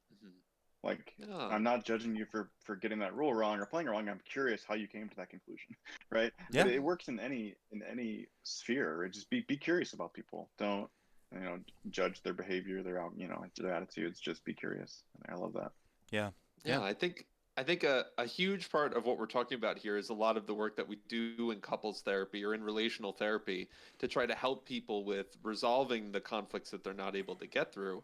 And one of the huge first steps is taking the approach that you all are laying out here of you have to emphasize building understanding first before you can get to any sort of practicality. Because if you try to do a practical solution first, and there's things you're not getting, there's emotions that aren't being understood and validated, you just are not going to be able to get there. And so actually the most efficient first step is understanding and validation, and only then does that open the path to practicality. And especially for anything that has any potential to be sensitive or to be a conflict, that's the path forward. And it takes a lot of people some time to get there. So to quote Abed from Community, and I'm gonna paraphrase it here. It's like, I hate bottle episodes. It's wall-to-wall emotional context and subtext. I don't understand any of it. So one of those things that I'll have to be more comfortable learning how to bring up that topic rather than just sort of launching into like, well, that's clearly not right. And, that's probably a good lesson across all of life. Well, there's I mean, you know, I've got some of my favorite people in the community sitting in this chat right now, all who I haven't played Sean yet, but you know, I'd love to play against you sometime. I'm sure it'll happen. It's inevitable. It's Thanos. You're just going to inevitably play Detroit. Yeah, it's just I don't know. That's like our next club shirt. We are inevitable. We are inevitable. Is a trademark in Marvel. If it's not, we're using that. Nice. You're welcome. I'll inevitable on the back. Yeah, inevitable. Ooh, spicy. Yeah, they can't have a single word trademarked like That's that. Right. No, but like there's a familiarity that you build up with people, and when you play a person on like a single game, it's a lot different than when you've played people multiple times and you get to learn, you can really unwind against somebody you've played several times. Like I remember there was that rough patch after LON got nerfed, and I was still kind of playing him and migrating between lists because I didn't really have the passion for it. And I remember I took like bad beats at like one tournament, and I ended up like running into Kyle like in the middle of the pack or on the way down type thing, and just like the brightness brought to my day running into minimum pants, the least pants of the pants mafia, and just like it bounced, like it just springboarded me back into like an entirely better feeling. And I don't know, like this community's gotcha if you take care of each other. They really do take care of you. And I'm gonna go out on a limb here. Like I want you to come play Warhammer with us. I don't care who you are, where you come from. Come play Warhammer. We love Warhammer so much. Age of Sigmar. I can't speak for the 40K community. I don't play 40K, but like come play Age of Sigmar with us. Like I'd love to have you. It's a great time. Come to our tournaments, especially in the Midwest. Probably. I know people say stuff about the Iron Curtain, the Midwest Fortress, but like it. Seriously, come play. We'll try not to sell at the tournament so fast, or maybe we'll start having like an ambassadorship. These 5 slots reserved for people out of it because our tournaments fill up so dang fast. But no, like come play. Like come play. Cross pollination is like important. Diversity is important in keeping things awesome, right? Like that's just what you do. So come play. I want to build off what you just said there. Like running into Kyle. Like I've taken the approach of trying to learn from every game of Sigmar, whether I play terribly or whether I play well. Win or lose, you could always take away something. I attribute a lot of me getting better to grudging Sean at NashCon and getting absolutely wrecked. Like it went so poorly. Was that Crash the Ferrari? Or no, that wasn't Crash the Ferrari. That was Crash the Ferrari. Yeah. No, I went 3-2 with that. Okay, no, the Crash the Ferrari was a different tournament then. It was, but I was running Slanesh back when they were dumb, and I'm set up against Sean. I was like, Sean, I know I'm gonna lose, but after this game, tell me what I could have done better. And I moved a block of demonettes, and he just reached his hand across the table and was like, good game. And I was like, what? And then he proceeded to absolutely wreck me, and he was like, here's what you could have done differently. And it was just something I had never thought about. So even in your most humiliating defeats, you can walk away a better player. But at the same time, if you're absolutely destroying someone, it's your chance to shine and make them have a good time. Still make sure they have a great game of Warhammer. It doesn't mean you gotta... I know Detroit has their own thing about taking the boot off the throat and stuff like that, but you can, like... Speaking of NashCon, I played against David Griffin, the TO for NashCon at Brew City Brawl, which is the cross-pollination, right? I went down, so he came up there, played in Brendan's tournament for like the second or third year, and then like everyone was going to go down to NashCon, and I pulled like all of the waifu karma I had to be able to go to NashCon after that. Like I pulled all of the waifu karma because I played a game against him, and like it was on Arcane Place of Arcane Power, which as Nagash and the boys, you cannot lose that battle plan if you deploy correctly for the most part. You know, this is Umbral, Spell Portal, Hand of Dust, Grimghast, Reaper, Heyday. And I'm on the skeleton version, but you still can't. Back in the good old days. You still can't lose it if you deploy correctly. And it's throw like your bubble wrap in the gravesite, freaking pinions up on, pull the boys around you, and just sit there going, you're dead, you're dead, you're dead, you're dead.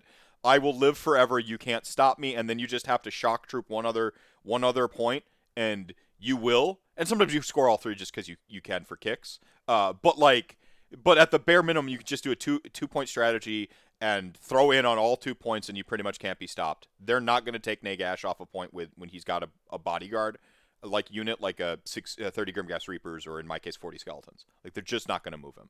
And then you've got the rest of your army to commit to 1 point if you want, or if you want to get cheeky with like a tenor of Black Knights and a White King, you can get cheeky, whatever.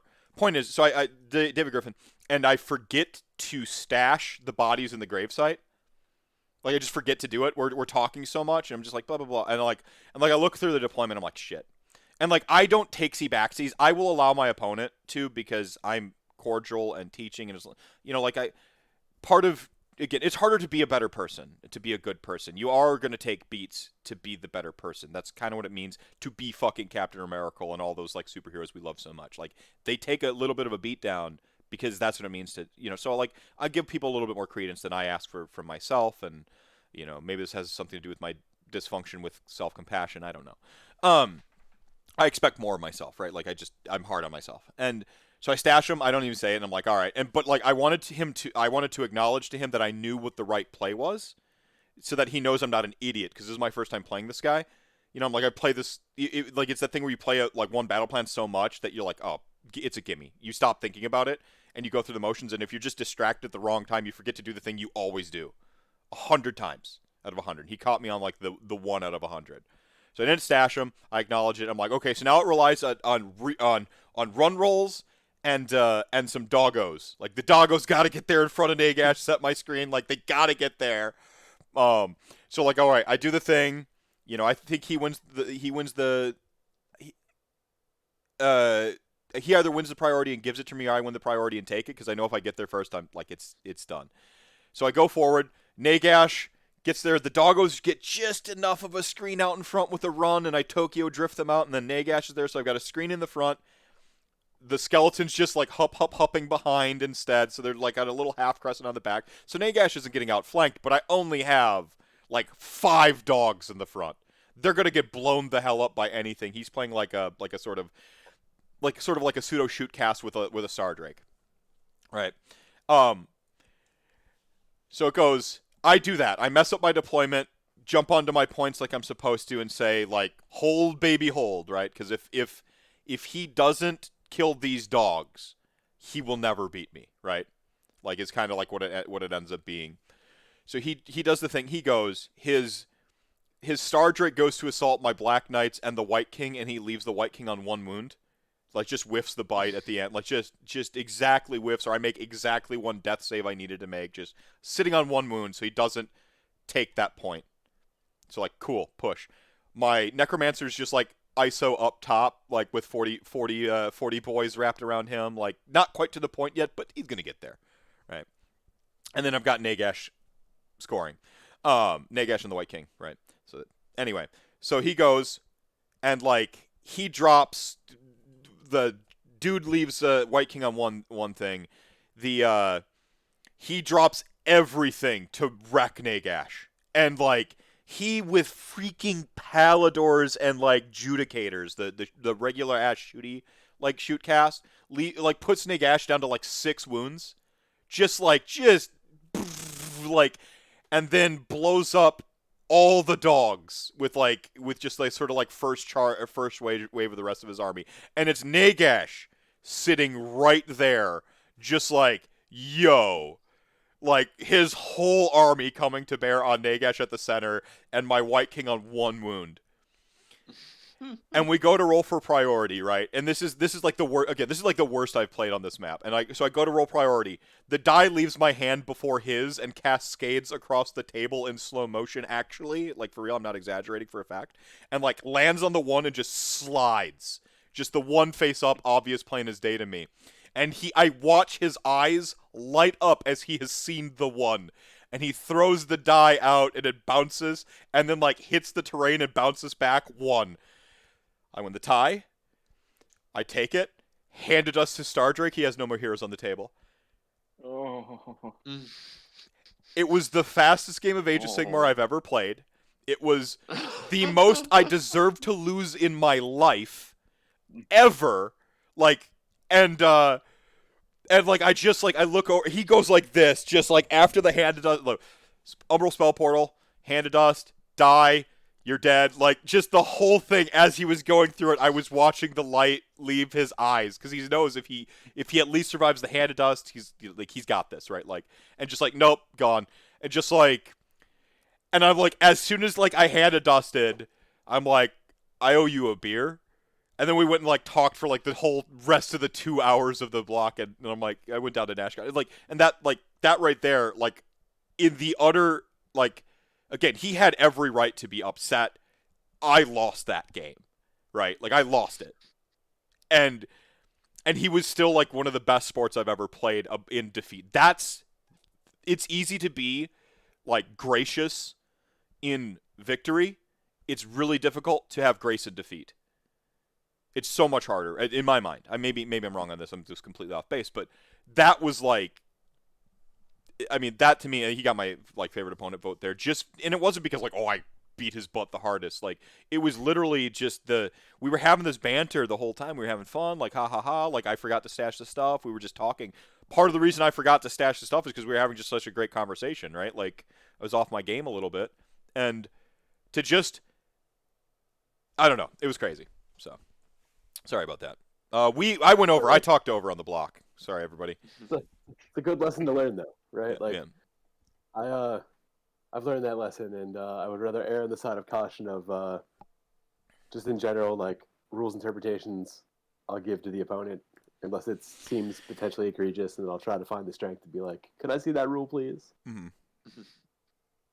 Which I can't do right now, because currently I will just launch into something I probably shouldn't say. I'd rather lose the game than walk away being a cock. Well, I don't mind asking people to clarify the rule or show the rule I don't think they're right on. It's just, it comes down to the asking, right? Like, asking, don't tell them. Yeah. Like, you're wrong, that's wrong. Like, could you show me that? Or Yeah, I like, think that's right. I don't remember it that way. Like, just ask, basically.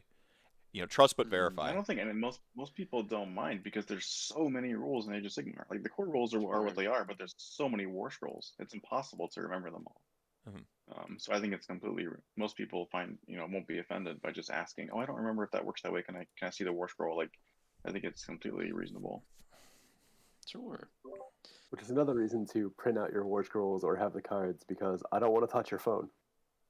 I just I don't. All right. Lovely. Yeah, I buy all my books on my iPad, but I always buy an extra hard copy of the book for the army I'm going to take to a tournament, just to have the book. I use it as basically a clipboard for my tournament pack. I don't ever really open the book unless my opponent wants to see something, and I kind of hand it over to them.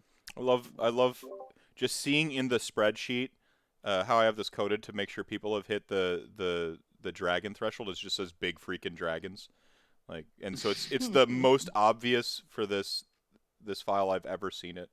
It's really funny. I mean, shameless self-promotion. I donated. I'm trying to win that dragon. So. Good luck, everyone. Except not really. Good luck, everyone.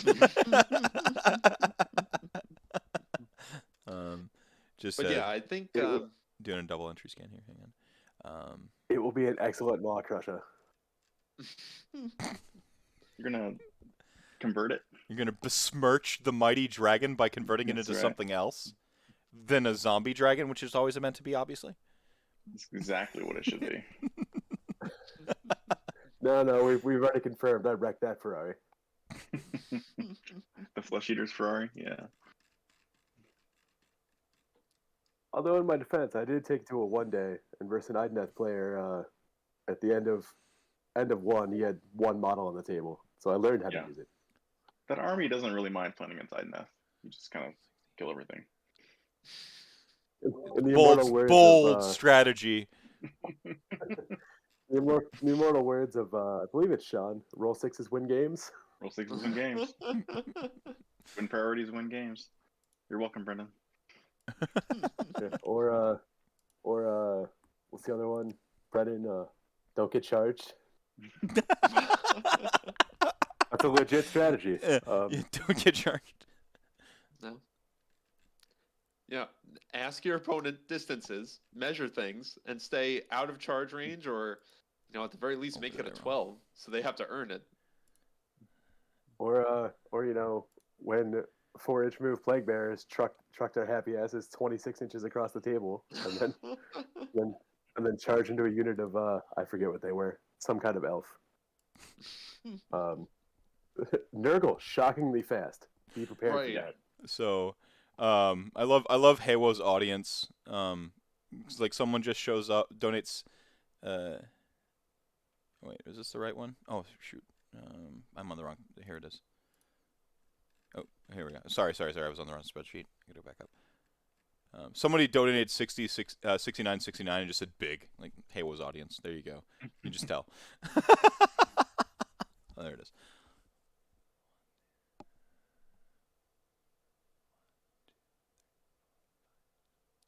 One thing that I did want you need more top tier epic models. Sean Clark, Nuke Doctor, on the stream currently. You just won. Won what? The dragon? Oh wow! Congratulations. Yeah. Hey, so it'll go what, 2 miles down the road? Well, at least I don't have to like make it harder for Ministomp. In the immortal words of everyone but knows my address. That won't be a problem. Yeah. So in the immortal words What is of with these everyone giveaways? Go ahead. From the Midwest that is not Detroit. Fucking Detroit. Donnie shows up and all your prizes belong to us. Yeah, just kicks in the door and steals the big prize, like leaves. Like, God damn it. KO at plus gift card. So everyone who donated for the dragon plus these guys. This makes back-to-back Detroit wins in the doctor's block because Donnie won last year. He did. Yeah. Oh, wow. I hate random number seeds, man. I think the robots are listening whenever there's an RNG based thing. They just are. Everyone knows. Why did Donnie just win again? He won the other day. I had to fight with the random number generator when I was using Tabletop Simulator to play a game the other day. It was my first time playing it, and every time I threw a dice in the vortex, it just gave me a 1 or a 2. I was like, wait, is it broken, or does it just know what my dice are supposed to be like? Yeah. Well, congratulations, Sean. All right. What is it going to be? It's the first raffle I've ever won in my life, so this is groundbreaking. So Hades Death God wins the KO plus gift card. KO box. Congrats. He won and had me reroll earlier, which is so I don't know if he wants this or not, but I mean, take the gift card. I can get rid of the KO if you want, or just take them both. Dang it. Don't make this more complicated on me. Just enjoy your luck. Dang it. Just enjoy your luck. Yeah, so that's the doctor block, everyone. I hope you had a blast. I did. Where are we sitting here? Yeah, always fun. Let's do this a similar time next year, huh? I think that sounds about right. Yeah.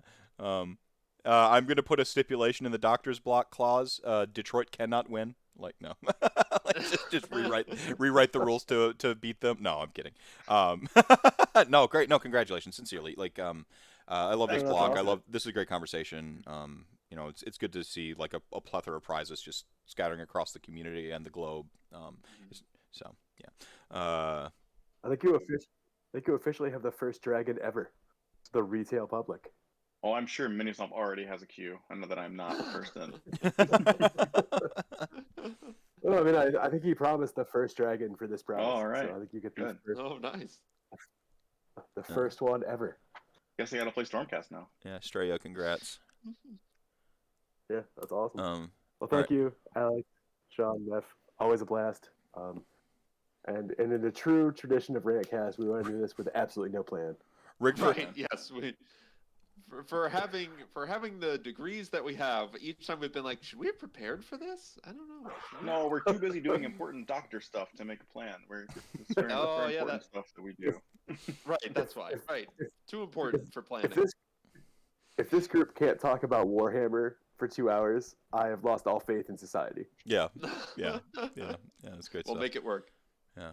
All right. Checking back in with Tiltify, and we'll go ahead and get the in-your phase. So some left coast, some west coast showing up. Hopefully showing out.